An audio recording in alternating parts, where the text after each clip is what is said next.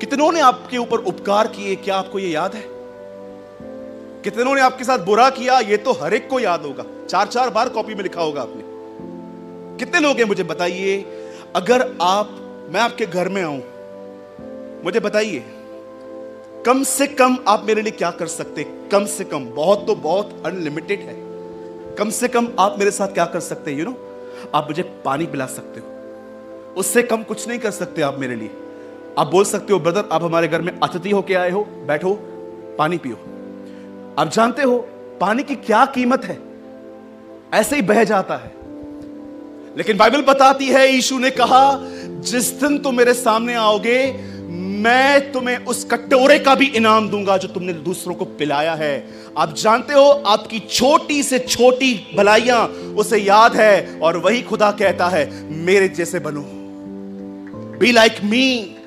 कि आपके साथ कितनों ने गलत किया है वो छोड़ दो, कितनों ने आपको पानी का गिलास पिलाया है वो भी याद रखो।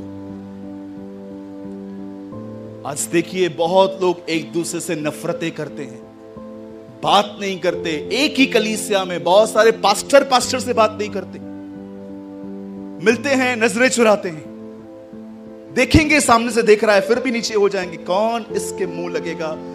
मुझे बताइए क्या आप वो कलाम भूल गए हैं जिसमें लिखा गया है जैसा व्यवहार आप चाहते हैं पहले आप खुद करें। I was in a pastor's meeting once in Gujarat. वहां से प्रीच करके मैं कहीं और प्लेस पे गया, पास्टर्स मीटिंग थी। उन दिनों में कोविड-19 भी नहीं था, कोई सोशल डिस्टेंसिंग नहीं थी, फिर भी मुझे लग रहा था कि ये लोग डिस्टेंसिंग लेके बैठे, कोई एक दूसरे से बात नहीं कर रहा, सब चले गए बात करके, खाना भी सब अपने अपने खा रहे थे। कहां है यूनिटी? मैं बात क्यों करूं, वो करेगा ना पहले आके, वो भी तो यही सोच रहा है। मैं क्यों करूं, वो करेगा ना, वो भी वही सोच रहा है, मैं भी यही सोचता था। मैं क्यों बात करूं, मेरी क्या गलती है? बहुत सारे संबंध इसी वजह से खत्म हो गए क्योंकि मन में ख्याल है मेरी क्या गलती है। मैं नहीं कहता हूं कि मेल मिलाप करने का मतलब यह होता है कि आप उनके साथ गले मिलो, उनके साथ हमेशा कांटेक्ट रखो, लेकिन मैं सिर्फ एक ही बात कहना चाहूंगा, कभी किसी के विरुद्ध बात न करें। जानते हो इससे होता क्या है? सुनने वाले बिगड़ जाते हैं। अब YouTube पे देखिए लोग कैसे लड़ते हैं, ये इधर से वीडियो, वो काउंटर वीडियो, ये वीडियो, वो वीडियो, और बीच में शैतान तालियां बजाता है, लड़ो। मैं यही तो चाहता था। मुझे एक भाई ने बोला ब्रदर ऐसा हो रहा है, आप वीडियो बनाओ। मैंने कहा I don't have time brother, मैं ऑलरेडी बहुत बिजी हूं। आपका फेथ आपको लोगों से डिफरेंट बनाएगा। राह आप डिफरेंट हो गई अगर आप ये विश्वास करते हो मुझे लेने के लिए आएगा, और अगर आप संसारी जिंदगी ही जी रहे हो तो मैं आपको लिख के दे सकता हूं आप एक्चुअली विश्वास नहीं करते कि प्रभु आ रहा है। इस मैसेज को समाप्त करने से पहले एक आखिरी बात मैं आपको बता के मैं संदेश को भाई को दे दूंगा। आप जानते हैं बाइबल में दुष्ट नाम किसको दिया गया है? दुष्ट, इंग्लिश में लिखा है इविल वन, दुष्ट।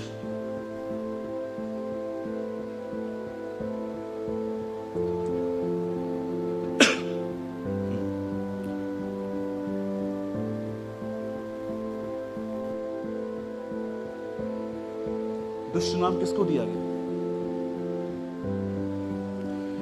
सबसे पहले यह नाम दिया गया है शैतान को, दुष्ट। और आप जानते हैं शैतान के बाद दुष्ट नाम किसको दिया गया? दुष्ट है वह सेवक जो यह विश्वास करता है कि मेरे स्वामी के आने में बड़ी देर है। Read in your Bible.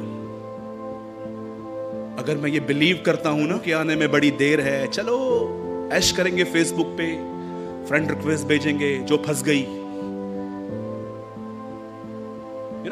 बहुत कुछ चलता है ये सब आजकल। बहुतों की चैट्स तो इतनी डर्टी होती हैं कि आप पढ़ भी नहीं सकते। मेरे चर्च में एक लड़के ने शर्ट उतार के अपने कपड़े शर्ट उतार के फोटोज क्लिक किए थे और अपने मोबाइल में रख दिए थे। 1 हफ्ता उसने रखा था। एक दिन हम प्रेयर कर रहे थे, वो लड़का हिल रहा था।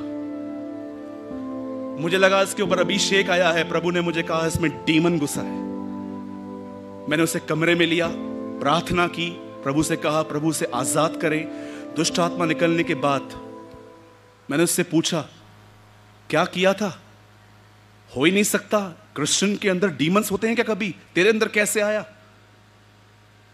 मुझे पता ही नहीं था कि उसमें इतने डीमंस हैं कि अब भी कुछ बाकी है। तब एक दूसरा डीमन उसके अंदर से, जानते क्या बोला? एक वजह से इसने मुझे स्थान दिया है। क्या? इसने अपने नंगे चित्र अपने फोन में रखे हैं, इसलिए आया। अशुद्ध वस्तुओं को मत छुओ, उनसे दूर रहो, तब मैं तुम्हें स्वीकार करूंगा, पौल कहता है। आज मैं आपसे कहना चाहता हूं, कितने लोग हैं यहां पर, जवानों को पबजी खेलने का टाइम है, कलीसिया में बैठ के बार बार यहां देखेंगे, आइए क्या देख तो, ये करने का टाइम है। खुदा के लिए टाइम नहीं है। No time for the Lord. कब आखिरी बार आप पूरी रात दुआ में बैठे थे मेरे भाई, मुझे बताइए।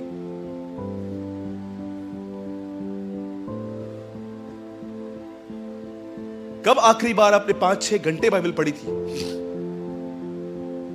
मैं कोई अमीर परिवार से नहीं हूं, मैं एक बहुत ही सामान्य परिवार से आता हूं।